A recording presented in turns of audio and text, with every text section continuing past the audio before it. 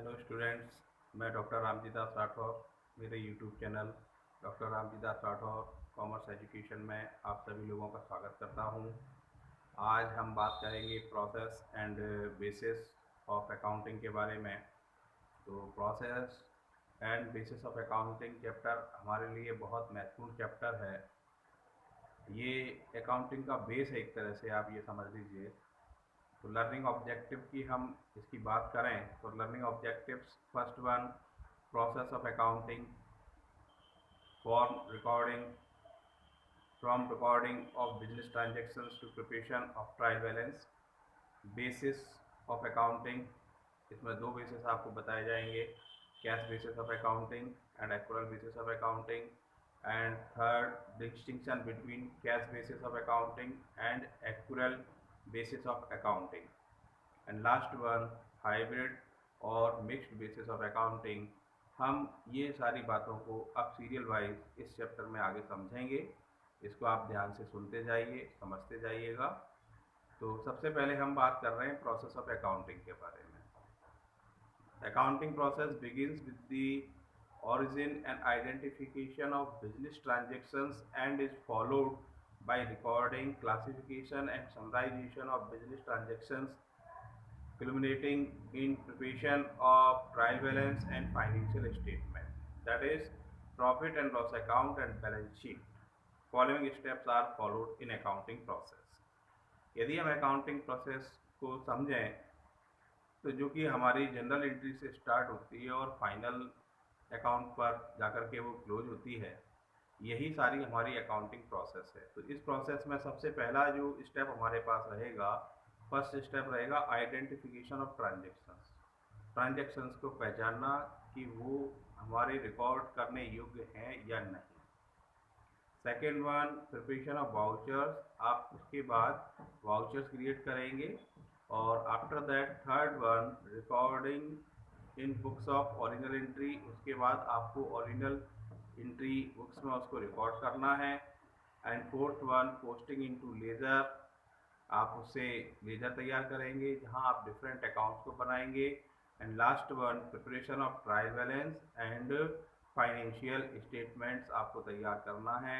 और financial statements में हमारे trading profit and loss account और बैलेंस शीट को शामिल किया जाता है। तो इस तरह हमारा ये पूरा प्रोसेस चलेगा। इसको हम थोड़ा डिटेल और समझते हैं, जिसमें हमारे पास सबसे पहला जो स्टेप है वह स्टेप है आइडेंटिफिकेशन ऑफ ट्रांजेक्शंस को पहचानना। Accounting deals with business transactions which are monetary in nature. In other words, the transactions which cannot be measured and expressed in terms of money cannot be recorded in accounting. अभी हमने बात की है कि identification of transactions. तो transactions को आपको identify करना है। दैट मीन्स आपके जो ट्रांजेक्शंस बिजनेस में हो सकते हैं वो मॉनेटरी टर्म्स के भी हो सकते हैं और नॉन मॉनेटरी टर्म्स के भी हो सकते हैं। तो ऐसी स्थिति में आपको केवल मॉनेटरी टर्म्स वाले ट्रांजेक्शंस को ही आइडेंटिफाई करके अपनी बिजनेस बुक्स में रिकॉर्ड करना है। For recording business transactions, it is necessary that these transactions are evidenced by an appropriate document such as cash memo, purchase invoice, sales invoice, pay slip, checkbook, passbook, etc. A document which provides evidence of the transaction is called the source document. अब जिन transactions को आप अपनी business book में record करेंगे तो उन transactions के बारे में भी आपको याद रखना है कि वो प्रॉपरली वेरीफाइड हों। और ट्रांजेक्शन वेरिफिकेशन करने के लिए जो हमारा प्रोसेस रहेगा वो प्रोसेस इस तरीके से है कि आपके कैश मेमो है, purchase invoice, sales invoice, pay slip, chequebook, passbook etcetera जगह आपकी उसकी प्रॉपर एंट्री होगी। और इस तरीके से आप उसको वेरीफाई कर सकते हैं कि वो ट्रांजेक्शन आपका प्रॉपरली है अथवा नहीं है। और जिस चीज़ से आप वेरीफाइड करते हैं वो एविडेंस है, तो वो आपके लिए कहलाता है सोर्स डॉक्यूमेंट। आई होप आपको ये चीज़ समझ में आई होगी। तो फर्स्ट स्टेप है हमारे पास identification of transactions. After that second step जो हमारे पास रहेगा वो है प्रिपरेशन ऑफ वाउचर्स। देखिए, आज के टाइम में टैली का जो कोर्स है कॉमर्स वाले स्टूडेंट्स के लिए काफ़ी यूजफुल कोर्स होता है। टैली में भी जो सारा वर्क किया जाता है वो on the basis of vouchers किया जाता है। तो प्रिपरेशन ऑफ वाउचर हमारे लिए बहुत महत्वपूर्ण है। तो on the basis of source document entries are first of all recorded on vouchers, and then on the basis of vouchers recording is made in the journal or books of original entry। यानी journal entry के पहले आपको उसका proper voucher बनाना है, और voucher बनाने के बाद आप उसको अगली प्रोसेस जनरल एंट्री के लिए फॉरवर्ड करेंगे। Vouchers are printed separately by all the firms in their own names. A separate voucher is prepared for each transaction and it specifies the accounts is to be debited and credited. Source document is generally attached to these vouchers। Source document को भी आप उस voucher में attach कर देंगे। Voucher हर firm के अपने printed होते हैं, डेबिट क्रेडिट जो भी आपको करना है उसको आप करें। Sometimes vouchers also serves as source document, such as in the case of petty expenses। Vouchers, which are usually arranged in chronological order and serially numbered, are kept in a separate file। और जो vouchers होते हैं उन पर properly number वगैरह दिए रहते हैं, और उन वाउचर्स की आप प्रॉपर फाइलिंग सिस्टम भी मेंटेन करें, जिससे आपको अपने बिजनेस रिकॉर्ड मेंटेन करने में सुविधा रहेगी। तो आपने वाउचर्स प्रिपेयर किए, और वाउचर्स के बेस पर फिर हम आगे बढ़ेंगे अगली स्टेप के लिए। तो नेक्स्ट थर्ड स्टेप जो हमारे पास है तो वो है recording of books of original entry. So the books in which transactions are in recorded for the first time from a voucher or a source document are called books of original entry। Original entry general entry करना हमारे लिए काफ़ी महत्वपूर्ण है, और general entry करने के लिए जो हमारे पास बेस रहेगा वो दोनों हो सकते हैं। वाउचर्स के बेस पर तो हम एंट्री करते ही हैं, यदि किसी चीज़ का वाउचर नहीं है तो हम सोर्स डॉक्यूमेंट के बेस पर भी उसकी जनरल एंट्री बना सकते हैं। तो journal is one of the book of original entry in which transactions are recorded in chronological, that means day to day order according to the principle of double entry system। General entry जो आप बनाएंगे chronological order per day आपको तैयार करना है, और उसके rules regulations रहेंगे जो आपको अगले लेक्चर्स में बताए जाएंगे, जिसमें आप डबल एंट्री सिस्टम के रूल्स को एक्टिवेट करेंगे।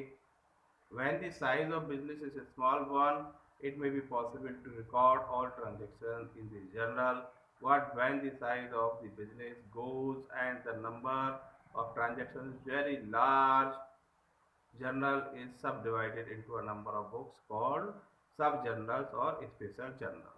कहने का आस्पेक्ट ये है कि यदि आपका बिजनेस छोटा है तो उस स्थिति में आप केवल एक जर्नल बुक के आधार पर ही काम चला सकते हैं, जिसमें आप सभी प्रकार की एंट्रियां करेंगे। लेकिन यदि आपका बिजनेस काफ़ी बड़ा है तो उस स्थिति में आप जर्नल का डिवीज़न कर सकते हैं और काम बांटा जा सकता है उसमें।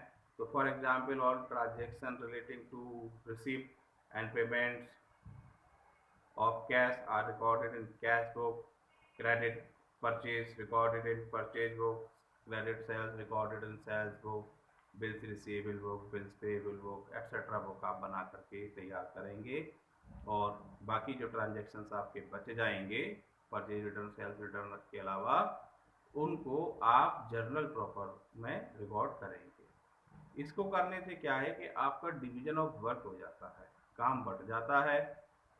जो सब डिवीजन ऑफ जर्नल आपने सीखा हुआ है तो वो जर्नल का ही पार्ट है, केवल जर्नल को हमने डिस्ट्रीब्यूट कर दिया है, जिससे हमारा बिजनेस स्मूथली रन होता रहे और सारा रिकॉर्ड हम मेंटेन कर सकें और प्रॉपरली हम उस व्यक्ति को रिस्पॉन्सिबल ठहरा भी सकें। तो on the basis of recording of general in special general institute of general only is called practical system of bookkeeping। These special journal are also called subsidiary books as these facilitate to preparation of ledger। तो laser बनाने के लिए आपकी general एंट्रियाँ base रहती हैं, लेकिन यदि आपने सब डिवीजन ऑफ जनरल किया हुआ है, डिस्ट्रीब्यूशन किया है डिवीजन ऑफ जनरल, तो आप उसके बेस पर भी सहायक बहियों के आधार पर भी आप अपनी लेजर को तैयार कर सकते हैं। देन नेक्स्ट वन हमारे पास है posting to ledger. So the next step in accounting process is to transfer all entries recorded in journal or subsidiary books to respective accounts in ledger. A ledger is a principal book of accounts in which all the transactions ultimately find their place under their respective accounts in a duly classified form. For recording in ledger, all transactions are classified and transactions of similar nature are recorded on a one place in an account opened in their name, which will be provide a complete picture of all transactions relating to them at a glance. कहने का aspect ये है कि आप laser में हर account को अलग अलग बनाएंगे. कैश अकाउंट आपको बनाना है, परचेज अकाउंट आपको बनाना है, सेल्स अकाउंट आपको बनाना है, फर्नीचर और अदर अकाउंट्स आप बनाएंगे. इन सभी अकाउंट्स को बनाने का जो फॉर्मेट है वो प्रॉपरली आपको फॉर्म बनाना है. डेबिट साइड, क्रेडिट साइड आप उसको बना करके चलेंगे. और जो अकाउंट्स आप तैयार कर रहे हैं तो कैश अकाउंट में सारे रिलेटेड कैश डीलिंग्स को लिखा जाएगा. परचेज अकाउंट में आप परचेज से रिलेटेड सेल्स से सेल्स में. तो इस तरीके से क्या होगा कि आपकी पूरी की पूरी जानकारी उस पर्टिकुलर अकाउंट के बारे में एक जगह आपको आसानी से मिल पाएगी. तो पोस्टिंग इनटू लेजर आप करेंगे. देन आफ्टर दैट इसके बाद जो लास्ट प्रोसेस हमारे पास है तो लास्ट स्टेप हमारे पास रहेगा preparation of trial balance and financial statements. काफ़ी महत्वपूर्ण है ये हमारे लिए. तो last step in the accounting process is the balancing of ledger accounts and the preparation of trial balance. With the help of such balances, a trial balance is a statement prepared with the debit and credit balance of ledger account to check the arithmetical accuracy of posting and balancing of ledger account. तो देखिए आपने जो general entry के बाद laser बनाई, laser में आप balance निकालेंगे. जनरल एंट्री और लेजर का काम पूरा आपका सही है या नहीं उसको चेक करने के लिए आप ट्रायल बैलेंस बनाएंगे. ट्रायल बैलेंस बनाने की 4 मेथड आपकी होती हैं जो आपको आगे चैप्टर में बताई जाएंगी. ट्रायल बैलेंस आपकी अर्थमेटिकल एक्यूरेसी को शो करता है कि अभी तक आपने जो भी काम किया है वो सही है या नहीं. ट्रायल बैलेंस का टोटल मिल गया तो ये मान करके चला जाता है कि अभी तक आपने जो काम किया है वो सही है. और if a trial balance does not tally it indicates that some error in posting or balancing of accounts have occurred and steps are taken to locate and rectify such errors. यदि हमारा टोटल नहीं मिला है तो that means कहीं कुछ गलती हो चुकी है. उस गलती को आइडेंटिफाई करें और उसको करेक्ट कर लें. A trial balance contains the balances of all ledgers accounts. It provides a basis for preparation of financial statement, namely trading and profit and loss account and balance sheet. और जो trial balance आपने तैयार किया है उस trial balance के आधार पर ही आप फाइनल अकाउंट तैयार करेंगे, ट्रेडिंग, प्रॉफिट एंड लॉस और बैलेंस शीट. तो ट्रायल बैलेंस अंतिम खाते बनाने के लिए आधार का काम करता है. इस तरह हमारी ये पूरी अकाउंटिंग प्रोसेस चलेगी जो कि हमने डिफरेंट स्टेप्स के माध्यम से जाना. तो फर्स्ट स्टेप थी identification of transactions, second preparation of voucher, third recording in books of original entry, and fourth posting into ledger, and last fifth step is that preparation of trial balance and financial statement. आगे हम बात करते हैं basis of accounting के लिए. तो on the one of the main objective of accounting is to ascertain the profit or loss of a business enterprise at the end of an accounting period. There are two bases of ascertaining profit or loss, namely cash basis or accrual basis. First one, cash basis of accounting. Under this basis, income are not recorded unless they are received in cash. Similarly, expenses are recorded only when they are paid in cash. In other words, credit transactions are not recorded at all, and they are ignored till cash is actually received or paid for them. Cash basis of accounting में आप record केवल तब maintain करेंगे जब आपने related cash को receive कर लिया हो अथवा आपने रिलेटेड एक्सपेंसेस का पेमेंट कर दिया हो. यदि कैश डीलिंग नहीं हुई है तो आप उस ट्रांजैक्शन को रिकॉर्ड नहीं करेंगे। Thus, profit is merely the excess of actual cash receipts in respect of sale of goods and other incomes over actual payments in respect of purchase of goods, expenses on wages, salary, rent, etc. Income or profit is calculated with the help of receipt and payment account. This basis is useful for professional people like lawyers, doctors, chartered accountants, etc.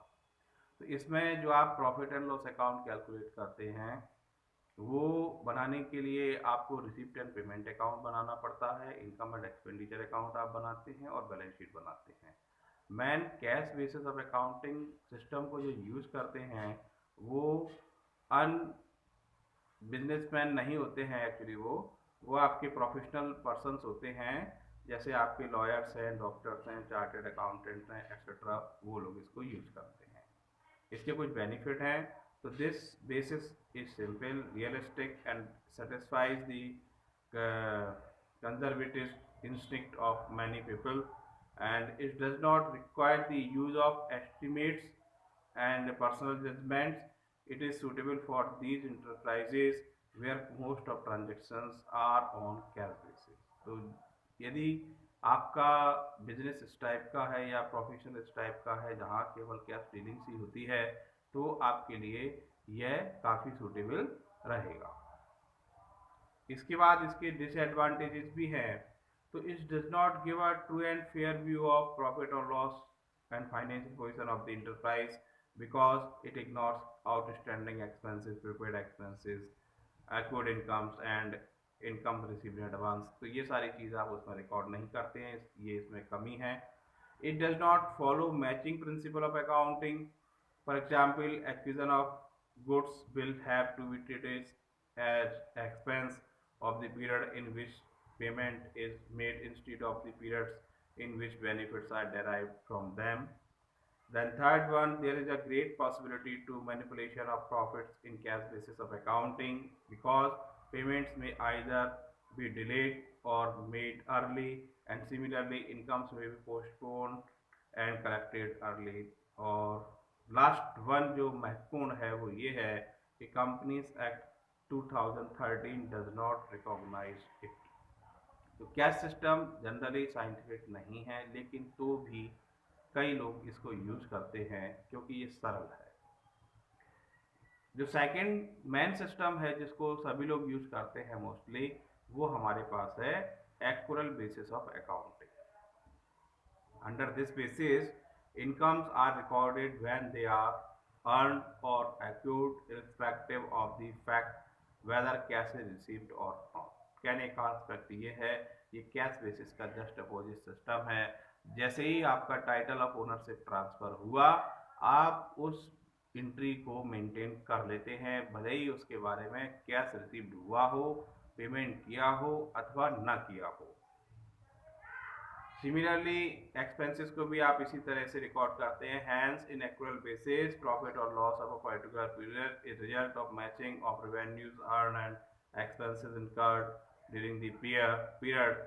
This makes it necessary to consider outstanding expenses, prepaid expenses, accrued income, ये सभी के सभी adjustment इसमें adjust किए जाते हैं।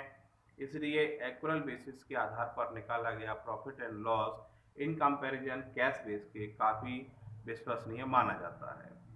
इसके advantages की हम बात करें तो first is discloses true profit and loss for a particular period and also respective financial position of the business because it uses all outstanding prepaid expenses etc.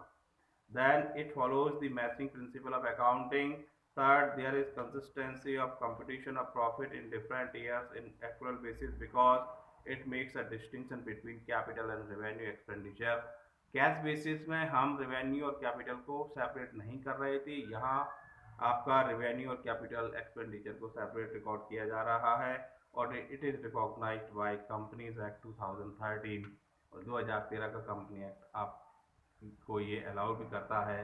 और इसके कुछ डिसएडवांटेजेस भी हैं तो first one, it is not a simple as cash basis of accounting. थोड़ा ये technical है, इसको करने के लिए थोड़ी सी आपको मेहनत करनी पड़ती है, प्रैक्टिशनर बनना पड़ता है, थोड़े रूल्स हैं इसके।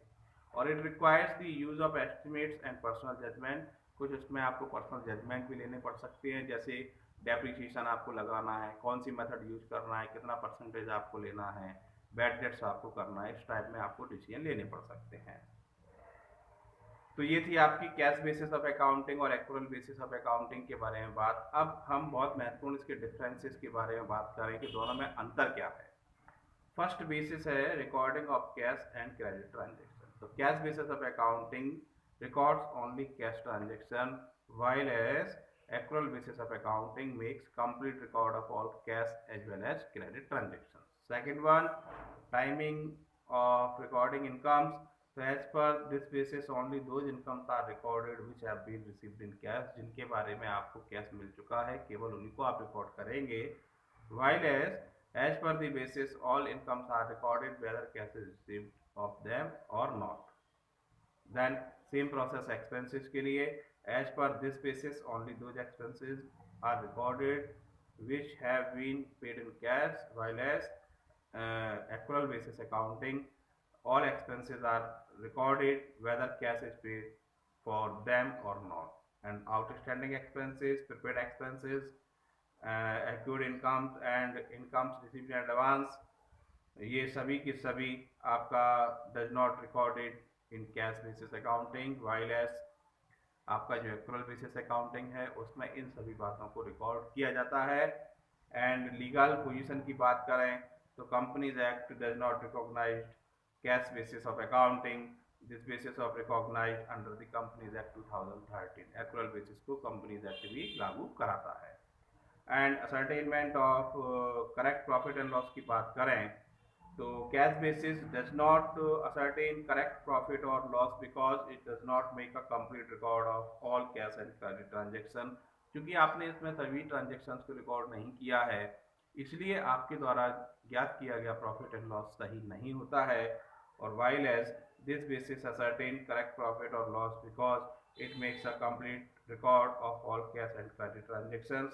And last one is suitability की बात करें तो this basis of suitable for professional people like doctor, lawyers etcetera, जो आपके नॉन प्रॉफिट ऑर्गेनाइजेशंस होते हैं वह सभी आपकी कैश बेसिस ऑफ अकाउंटिंग को यूज़ करते हैं।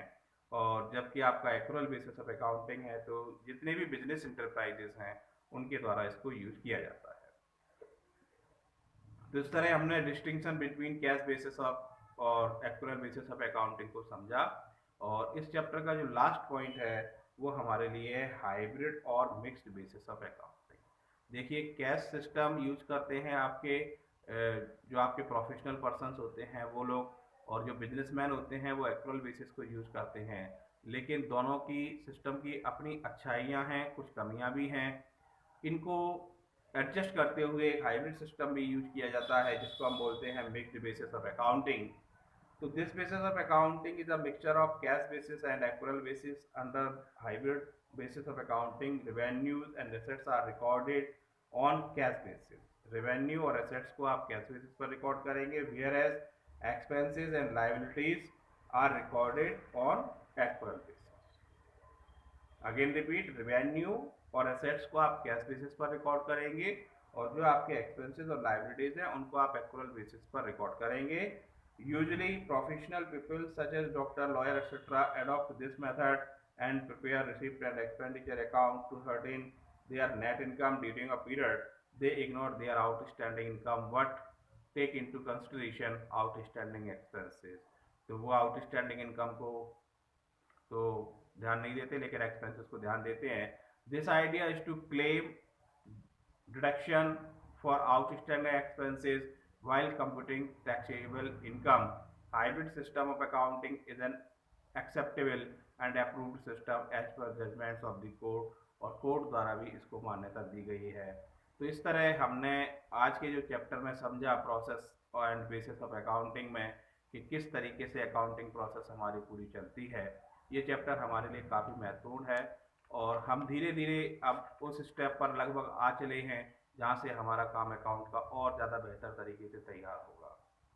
तो मैं आप सभी से कहना चाहूँगा कि आप मेरे यूट्यूब वीडियो से लगातार जुड़े रहिए, उनको देखते रहिए। कम समय में आपको बेहतर से बेहतर नॉलेज देने का प्रयास मेरे द्वारा किया जा रहा है। आप सभी ने मेरे वीडियो को सुना, समझा, उसके लिए आप सभी का बहुत बहुत धन्यवाद। Thank you.